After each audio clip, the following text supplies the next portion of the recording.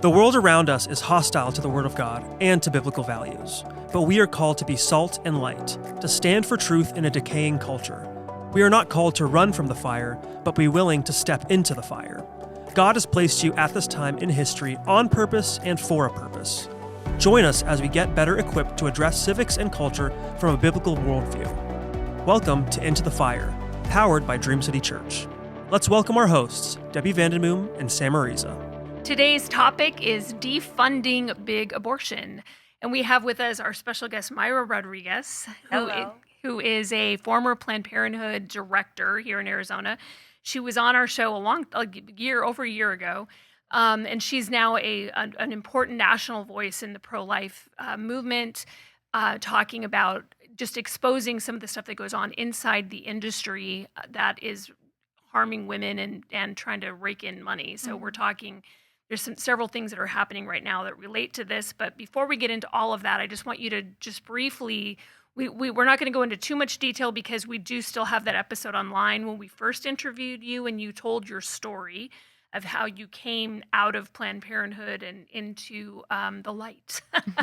Right, into the light, into right? The light. The But darkness if you could just sort of big. summarize for us who you are and why you're sort of an expert on this. Yeah, she says topic. that because she knows I'm Mexican and we tend to do short stories long. Anyway, she's like, keep it short. I know, keep it short. Well, after 16 years of fighting for that funding, right? Yes. Like I was in those clinics fighting for that funding, promoting this reproductive rights, that beautiful word, what they call abortion, right? So because they don't want to call it killing babies. Became the director of the biggest abortion facility here. I saw the light, meaning I saw the corruption. I saw what they really do, what abortion really means, how it harms women. And the rest is on that beautiful podcast that we did about over a year ago. So people can go find my story. Now, really funny because in 2017, I was in D.C., advocating and canvassing for Planned Parenthood not to be defunded. And I mean, just a couple months ago, I was there doing the same thing, but the opposite side. that was something else. Yes. Well, that's good. Yes. Crazy how the Lord works. Right? Exactly, right? That's what we Yeah, always say. miracles ways. We're so happy to have you here Thank today. you so much. Good. Thank you. Yes. So, Title 10. Can you tell us what Title 10 is and how Planned Parenthood uses it to their advantage?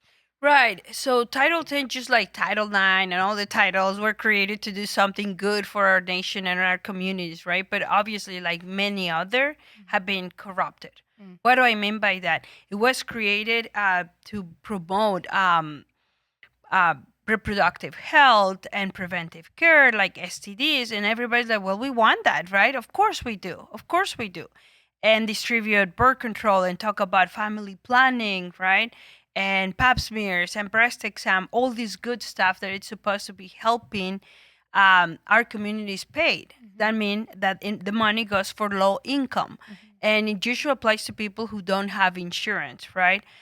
So usually a lot of the ones that could get a hold of this Title 10 money should be like county health centers, right?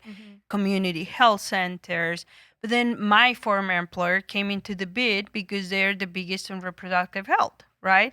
And they've been holding Title 10 even against, I remember I was telling Debbie, one of the frustrating things was in Flagstaff, Arizona, where the Coconino Health Department got defunded while Planned Parenthood took away that Title 10 money. I mean, Coconino Health Department does a lot more than just pap smear and STD testing, right? And I remember even some of the patients, we will send them to them for treatment because we wouldn't be able to treat them, like HIV. Right. Planned Parenthood does not treat for HIV. Nowadays, they can give them the preventive and stuff. But back then, they didn't treat syphilis. They referred them to their health department. They didn't treat HIV. They certainly don't treat women for cancer, right? So all those things that they don't get to do. But so this money, let's say that the government says, I'm going to give Title 10, all this money to an organization, to the health department in Arizona, right? And the health department in Arizona appoints someone to distribute this money. Why? Because they think by having a third party to distribute the money, right, then they can make it fair and square, right? What I found out was that most of the people working in this third-party organization, which, by the way, it's private, were former Planned Parenthood employees. So we never worry about losing Title X because we knew they were there for us to have our backs. Right. And part of the corruption, and we were talking about this, is how it gets mixed. The way I explained on my social media was this. I have a chicken coop, right? And I have white chickens and red chickens and blue chickens. And if I tell you the eggs that come from my white chicken pay for the food, and the eggs that come from the red chicken pay for the water, and the blue chickens, their eggs pay for the cleaning of the coop, you'll be like, what? How? How are you able to divide all this cost? Right. That's what Planned Parenthood does to us. And we believe them. You will never believe me that. You're like, no matter how good you are, man, you cannot divide properly the expenses because who makes more mess? The blue chickens, the red chickens, and who eats more? It's impossible. That's exactly what happens here. Why? Flagstaff, for example, it's one facility. They do abortions once or twice a week. By the way, they're getting ready to do full surgical in Flagstaff. And they also have title. So they say, 3 days a week we're title and 2 days a week we're surgical. My argument, even working with them, is that that's impossible. Like, how do you divide the electricity? Like, how do you divide the water? How do you divide the rent? Like, how do you divide? How do you buy my salary? If I'm taking phone calls for abortion and the clinician, like the nurse practitioners or the assistant people, how do you divide our salaries? You can't. Right. And this is one of the lies that happens where they're talking about how, tax dollars are paying for abortion, which is not true. And even, with the Hyde Amendment and with other things, because of what you're talking about, right? Exactly. When it's all mixed together, it's keeping them open. It's paying for the electricity, for the building, for insurance, for whatever, For the director. right? Right? All of these different things. It's paying for all of those things. So the money kind of goes into one pile. Correct. And it's not that simple, but they try to make it sound like, it's not paying for abortion services. Yeah, it's not paying for abortions because Title X centers don't do abortions. But then I put the example of Flagstaff. They do. Right. And so what happens? The client came in looking for an abortion, and it's a Title X day. Oh, okay, well, we put her as a pregnancy test, right? And then schedule her for her abortion tomorrow. Tomorrow she comes back and does her ultrasound, and then she gets rescheduled again in 2 days for her abortion, right? Right. And then when she comes for her abortion, then when she has to come back, because it's an abortion pill, the example I'm giving, when she comes back for that follow-up, if she comes back, then it's on Title X day because they don't do that on abortion days. And then it goes under the Title X. Right. So it just, you got to give it to them. They were smart. They were smart. It's the way they've been really- doing it, they have been very smart. Because how long have they been fooling us? A long time. Right. I mean, And I think people just don't think through it. They don't, they just hear, this federal money or tax money can't pay for X, Y, or it's like, okay, but explain to me how that works, right? Right. How do they separate those things? And I think people just don't think through it enough, and they just believe because they keep saying the same thing over and over again. It's like the whole, the abortion pill is safer than Tylenol and all the other things that are not true. We're going to go into some of those at the end, having to do with numbers, but I want to talk about these other individual things first to kind of go through that. But yeah, and then you were saying something too when you and I were talking that about how then that money, right, is that Title X money is being kept from other. correct. Because there's a limited amount of it, right? So there's a certain amount of money that goes to be distributed to different places, and so then if Planned Parenthood is getting it or another abortion clinic is getting it, then another health Someone else center is not getting it. Right. And there are a lot of federally qualified health centers. Correct. This goes with the Medicaid conversation too, but those federally qualified health, I don't remember how much they outnumber. I want to say it's like 15 to 1 or something. right. That there's more of them by far than there are abortion clinics that provide a wide range of services for low-income women and for families that they can go in and get a whole bunch of different things done. They don't provide abortions, right? But they provide all of the cancer screenings and the, even things like birth control or STD testing, or if you have, strep throat or like a whole bunch of different services that are all together because it's an actual medical facility Right. versus a specialized facility that's just for no matter what they say, it's their primary goal is for abortion. Right. And so then that money is going to these abortion clinics rather than going to other more there, again, there's more of them, right, that are federally qualified health centers that they're not getting that money because they're going to somewhere else, right? Yep. Correct. And the most important part that we have to remember that because of everything that happened and the way people voted, right? Now even transgender services could be as reproductive services, which Right. therefore will enter as Title X services too, right? And then we'll be paying for that. And then now what helps a child showed up into my center down the street from here, right? That I used to run in 32nd Street and Thunder, but was full title. They came in without insurance, don't have to tell your parents, because I have title for you to get free birth control without your parents even knowing, Right. because we have title, right?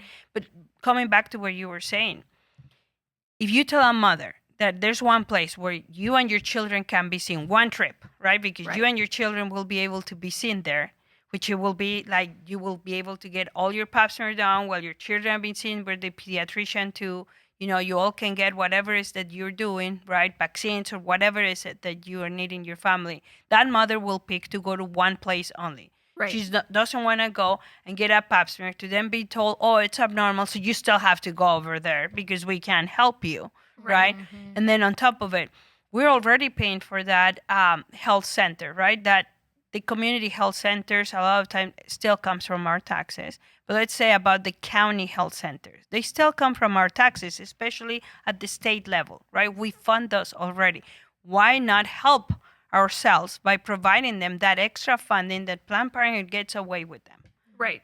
right? Because then that would be less money that the state has to put up if they're getting the federal Title X money. Right. That's what you're Right. saying, right? Exactly. That they can get, then we're funding them, and then it lowers the amount of money that the state has to Correct. put into those county. Yeah. Which again, you have a lot of low income, homeless population, low income, all kinds of different people that don't have health insurance or don't have the means go to like the county Correct. health center to get all kinds of different things. So really, they should be funded. They should be the priority, in my opinion. Yeah. Of Should be course. funding. Yeah. Yeah. Yeah. Yeah. All right. So And the most important part, yes. we should not be funding the killing of babies. Yes. They should 100%. not be Right. forcing it. Right. Yes. Yes. So that's Title X, and that again, that is not supposed to fund abortion. Right. But so why is it going to Planned Parenthood, or why is it? Planned Parenthood is not the only one. It's the largest It's just the nationally. biggest. Yeah. But there are other abortion centers that also get that money. Mm-hmm. Yeah. Yep. But And then there's also Medicaid, which is another way that they can get funding. So, Medicaid's really something else. Isn't it? and this is not, I want to make this clear. I've had this conversation with a few people. It's not Medicare. No. Right. It's Medicaid. It's different. So how does Planned Parenthood abuse that system? So to not get people confused in Arizona, that means access, right? In California, it means medical, right? Which is completely different from Medicare, which is only for elderly people, right? So that's a good one. Would you invite someone that triple dip at your party? If you had someone invited and you're like, you give him a chip and they put it in the queso 3 times the same chip, you will never invite them again. But we continue to do this to ourselves with Planned Parenthood. I'm going to tell you why. Because, so that same patient that I just told you that used title for some of her staff, all of a sudden she was like, well, I actually do have access, which is Medicaid, right?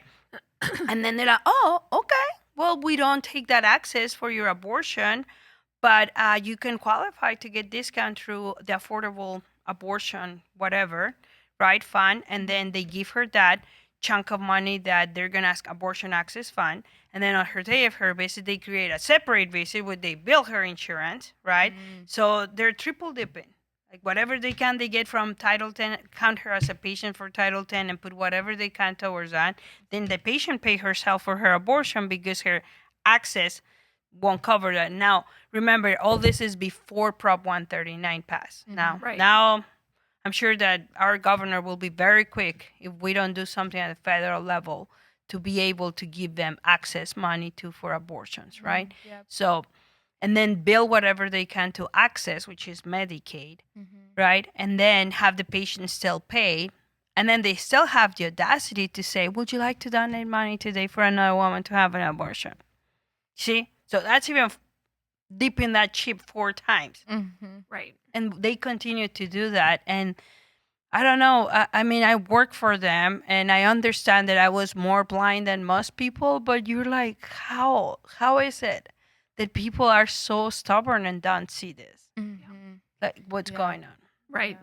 Well, and I think they just don't think about it, right? It's true. They don't think about it. And so there's a bunch of stuff happening with Medicaid. And I'm glad you brought up the state level, too, because as of right now, so Prop 139 was passed, but our state law currently says that Medicaid cannot be used to pay for abortion. However, it's just like with Title X that even currently they separate out those and like, oh, well, the pregnancy test is under access and this is under access and whatever they bill each thing separately. Yeah. So that you're getting like building, like it's 10 services instead of one service, so that they can itemize all those things and do the triple or quadruple dipping like you're talking about. But if we get a state legislature that is pro-abortion, then they could change that law at the state level, or if they were to file a lawsuit and try to get it overturned. Yes. Which they haven't on that issue yet. But this is, again, where we have to pay attention to what's happening at the state level, because they aren't paying for it right now, even though they kind of are, because they're still paying for other things. Right. Yep. But there's a couple of different things that are happening on national news related to Medicaid. That the big beautiful bill, right? Which by the time this airs, I'm not sure exactly. We don't know what'll happen when. At this particular point in time, it's passed through the House, but not yet the Senate. But regardless of what happens with this one, it's something that's going to continue to come up, because it's been, for as long as I've been paying attention to politics, we've been talking about trying to defund Planned Parenthood fully. Because the executive order did not do it, because it doesn't touch Medicaid, right? So it doesn't touch Medicaid or even Title X and prevent those things from going to Planned Parenthood. So this would prevent Medicaid funding from being able to be used at abortion clinics. Correct. Which would be huge, because Medicaid is a third of their income, right? Correct. So according to the numbers that I've seen, that's a third of their income is from Medicaid. And so this helps keep them. And when you're talking about like their numbers of, I think it was like 800 million in the last fiscal year that Planned Parenthood got from taxpayer dollars, a lot of that is from Medicaid. You're 800 million. Yeah. They're just raking in the money, and it's from doing this, and again, that's not going to, I mean, were you making a fortune when you were running a plant? You probably weren't seeing any of that money, right? No, I was not. The people who are working there, this was something that came out in a New York Times article about how the clinics themselves are really shabby in a lot of places. And the people that work there, they're short-staffed. The people that work there are not getting enough money to live or whatever. But it's all top-heavy. The money's staying at the corporate level, and then they're using it to buy politicians, basically, and pay for that, and get people in office that are supported at all levels, right? That can help them, get the Title X money or whatever they're doing with it, right? But so there's that going on with trying to fully defund. So whether it happens in this particular bill or not, it's going to continue to be a conversation about defunding Planned Parenthood and cutting off that revenue stream. And then there was also the South Carolina Medina versus South Carolina. What's the name of it? Medina versus it was a Medina case. It's called case. Yeah, and it was the state of South Carolina not wanting for them to use Medicaid. So that's still at the Supreme Court. Right, we're still in there, but we are very helpful.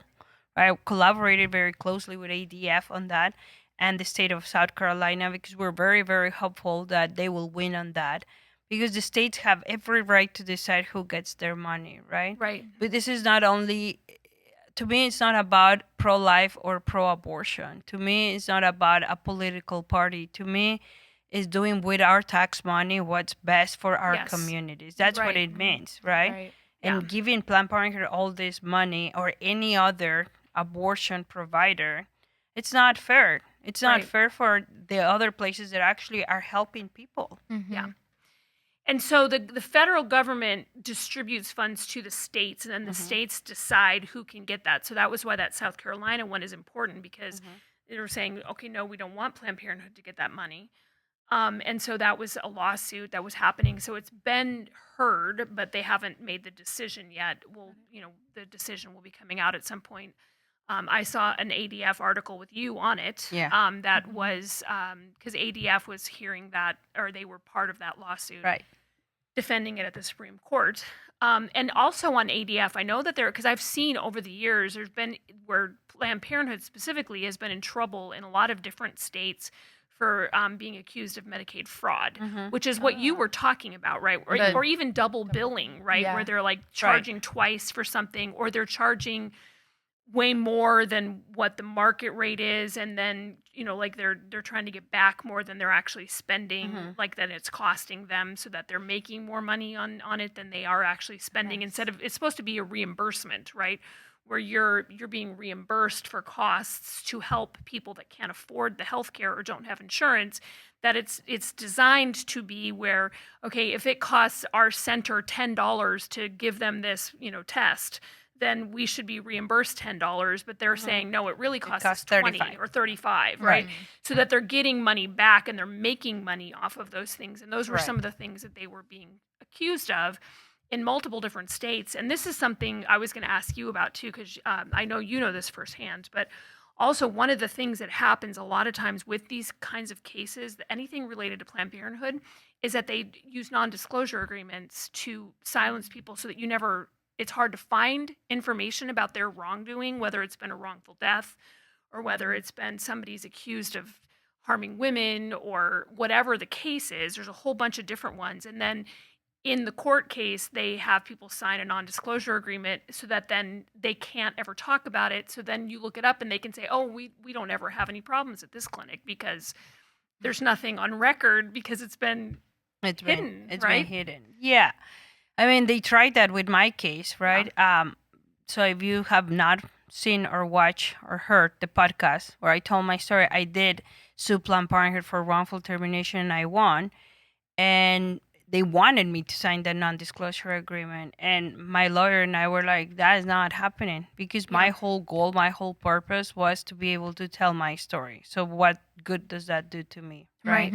But unfortunately, not everyone's that way. And that's part of encouraging people to be courageous, right?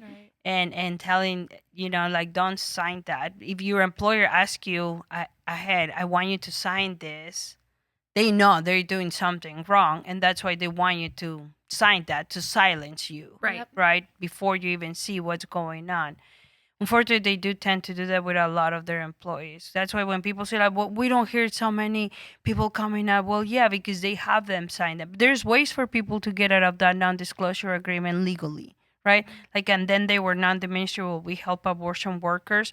We help them with that legal side of getting rid of that non-disclosure agreement in the legal way so they can speak about it. And they can tell about it. But you're right. It's an industry that for far too long has been able to put under the rug anything wrong that goes with them. And buy people on their way out. It just almost reminds me of like, you think of like the 1920s and like Al Capone and the mob and like how they like a mafia had so much control over everything and all the money was going under the table and they had, politicians in their pocket. And I mean, it sounds dramatic. I compare them with the Mexican cartel. It sounds dramatic, but it's pretty accurate that it's you can't, you're not allowed to say anything or they're going to come after you. And, it's really insidious, just the level of stuff that's going on. And so this is why, again, when something like the Medicaid funding and you see all of everybody running like, the sky is falling, it's because that really does cut off a big revenue stream for them. Right. And they're able to use it in a way that's not above board. Their argument is that, patients should choose where they can be seen. I don't know about you. I have my own insurance. I pay for it. I don't get to choose where I be seen. They choose what doctors contract with my insurance. And I get to see the ones they contract with my insurance. It doesn't matter who I like a lot. It matters that that's who contracts with my insurance. And if I want to go the cheapest way through my insurance, then Right. it have to be seen by whoever's contracted with. That's what this means. I mean, people can still go and be seen by Planned Parenthood. Just pay out of your pocket, right? That's what we're saying. Yeah. That we should be able to do the same thing that happens with private insurance. No one's throwing a fit with a private insurance that's in contract with Planned Parenthood. No one does. And there's a bunch of insurance that are not contracted with Planned Parenthood, but you never hear anything about it, right? But then in this case, when it comes to our tax money, here they go and telling people like, so many women will be cut off of services because you took away that. No. Again, how many did you say I've numbered them? I want to say it's 15 to 1. I'm not sure that's the number that's in my head. Minimum 10, at least. At least 10 to 1 that these federally qualified, you can fact check and look that up, but I know it's significantly more, that there are significantly more what they call federally qualified health centers that are places where people that are low income, that don't have insurance, can go and get services that contract with, the state or with the federal government, and to provide those free or low cost health services that provide a wide range of services rather than just abortion and wrong sex hormones for children, or because that's the other area where they're using Medicaid, right? Is to get, because not only can you go into a Planned Parenthood, and this is something that I think a lot of people don't, and this is one of those things where you're not allowed to talk about this. They get really, even a lot of the state legislators are freaked out about discussing it, but you can go in at any age and get put on birth control by Planned Parenthood. And without a parent, you cannot get a cough drop from a school nurse. Exactly. Right? Not Or even a Tylenol. right? You can't get a Tylenol from a school nurse when you're 13, but you can walk into a Planned Parenthood and get put on hormonal birth control without your parents knowing about it. I mean, a minor cannot even walk into a Sally's Beauty or another beauty store and buy like a, Developer 30, because that's for professional use only. Right. You can't get your ears pierced. You can't get a tattoo. Right. But you can go get put on hormones, whether that's hormonal birth control, or now they've also realized that there's a bunch of money in the transgender, putting kids on puberty blockers or on wrong sex hormones. And again, without parents knowing about it, right? So they can get, because again, you can, with that especially, well, I always said with birth control, it was like you put kids on birth control and then you're creating a client base Forever. because then they have to come back because they get an STD or they get pregnant, they need an abortion. You can continue to sell them. Or like the more. abortion used to say, look at it, I put her on birth control, if birth control fails, she'll come and see me for the abortion. Correct. Right. Or she'll get an STD and have to come back and get treated for that. And this with the transgender drugs that they use, that's even more of a cash cow, because that they have to continue to take them. It's just continuing forever, right? Unless they get off of them, and then that's also another process. But it becomes a cash flow for them, because then again they can double dip, right? Where they're getting paid for it in one place and then also another place, and splitting up how they do it. Yeah. So it's very, there's a lot of really interesting math that goes into that to make that happen, which I think leads into your next question, doesn't it? Yes, well, because it goes along with like all of the tracking of the numbers and how do you find things, because like Planned Parenthood claims that only 3% of their what they offer is abortions. Services is abortions. Is that true? Well, just to do a simple example, I run 3 centers, right? 2 were Title 10. One was a full surgical abortion facility here in Glendale, Arizona. The Title 10 center down the street from here, I used to see 15, 16 patients a day, the most. And then when I jump into the Glendale facility, the abortion side, my quota was to see 45 patients a day. That was my first, this is not 3%. I also myself believed that, when they told me abortion is only 3%, until I'm like, wait a minute, here's 45 patients a day, here's 10 to 16. This is not 3%. The deposit from the non-title center, from the title center was only like $1,000, maybe $2,000 a day, right? The deposit from the abortion facility is $20,000 a day. That's not 3%. That's not 3%. Again, they're very smart. We have to give them that credit, that they have been very smart, the way they have played us, the way they have fooled, the way they have fooled the government, the way they have fooled people.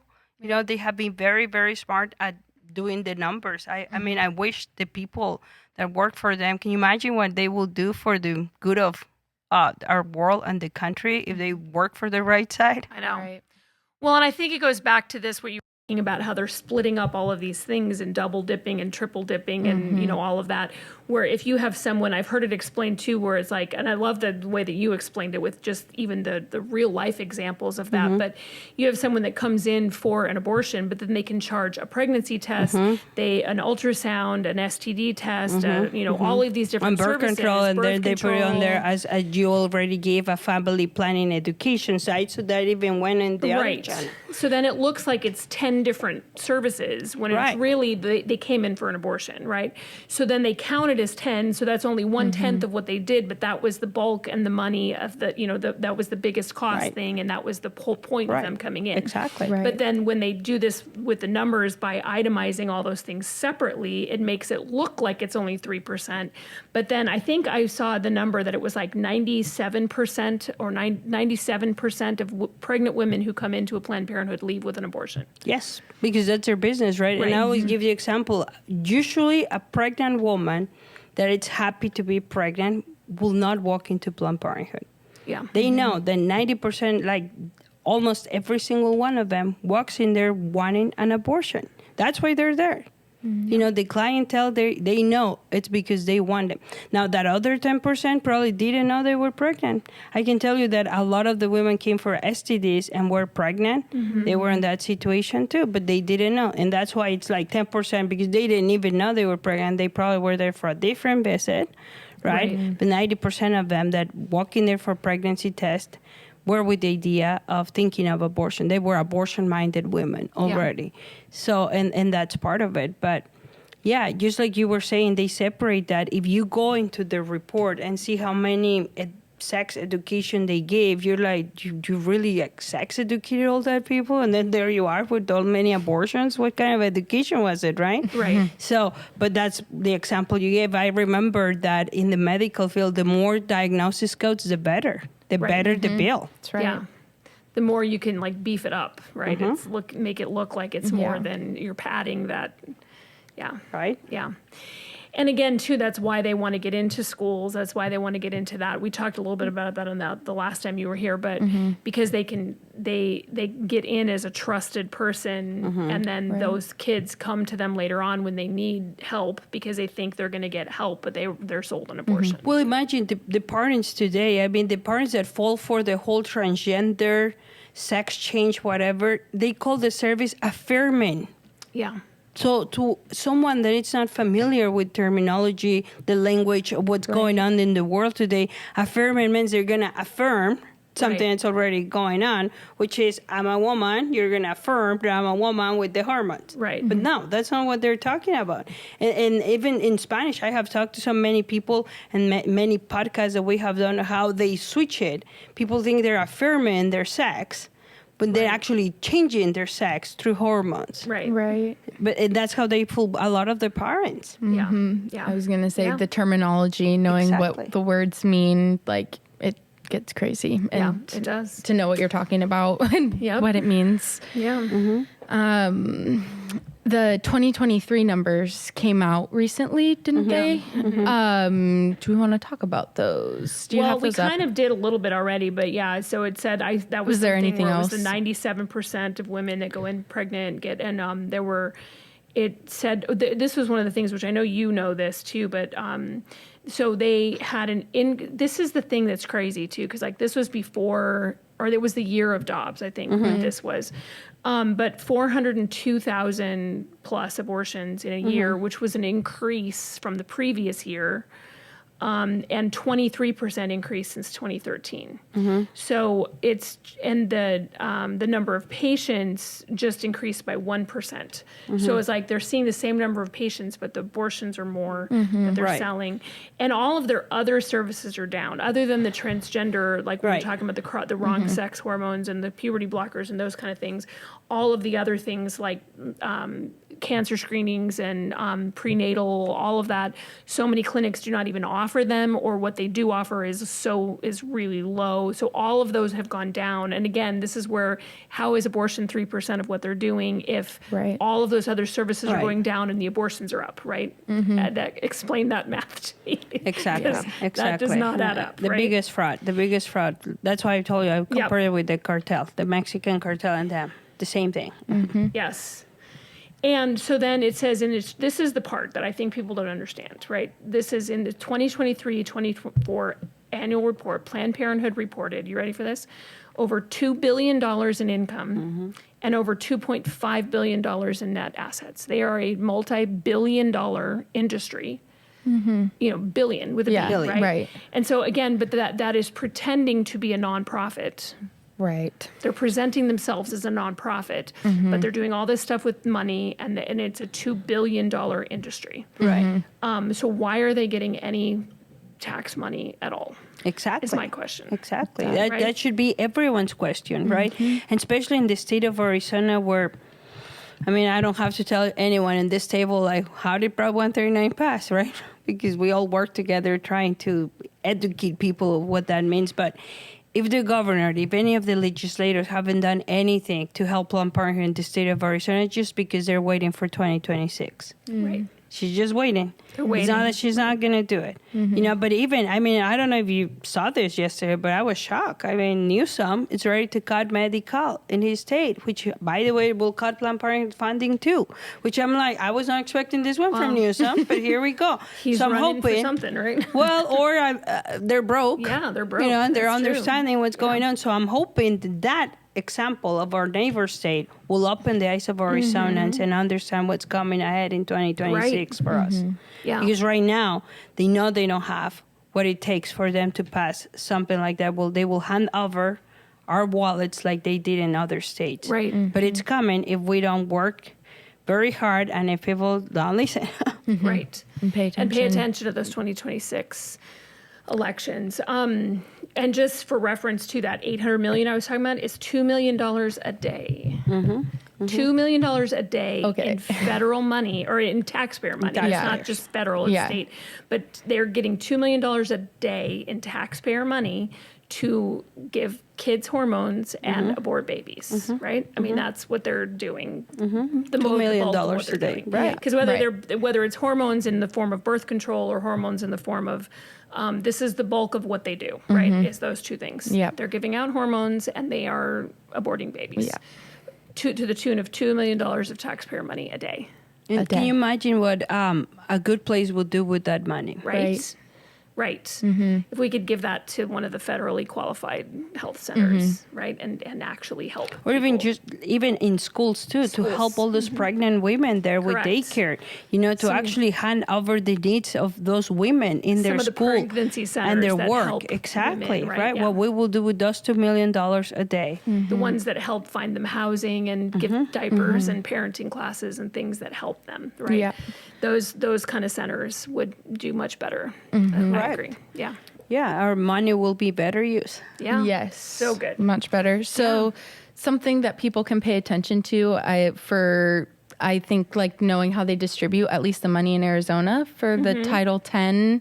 It was the Affirm organization, Affirm AZ. They're the ones in charge of distributing all of the funds for Title X. And anything else people should be paying attention to? No, and I think we'll probably put those links in there to that to Affirm where they can see that. And then also there's a couple other ones, like there's the Charlotte Lozier has a breakdown of those numbers that we were talking about with the $2 million a day and all of that. They do a good job of kind of explaining and breaking that down. Yeah. And we might put a link to that ADF article about you as well, because that's in there. That's kind of cool. And if you have not listened to Mayra's first episode with us from over a year ago, go back and listen to that one, because that was really good as well, and went much more into her own personal journey and her personal story. But anything else anybody wants to add before we? Well, people, please. You kind of didn't listen that well last year. But we ask you, please, 2026. It's very, very important. Oh, my goodness, yes. we're not saying this big, beautiful bill is perfect. No one's saying that. But to me, if that saves the life of babies and my money doesn't go to kill any babies, it makes it perfect to me. Because that's what we're here for. That money is very well put in somewhere else for our communities, for our state. Women deserve better.